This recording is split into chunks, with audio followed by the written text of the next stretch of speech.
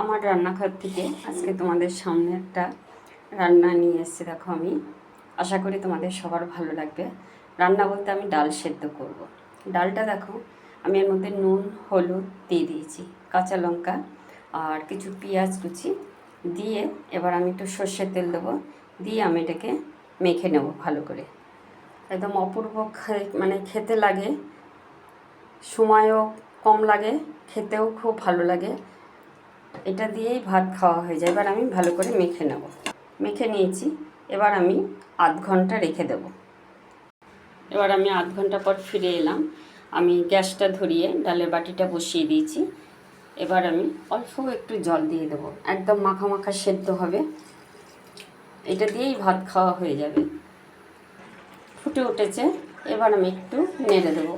কি সুন্দর গন্ধ বেরিয়েছে।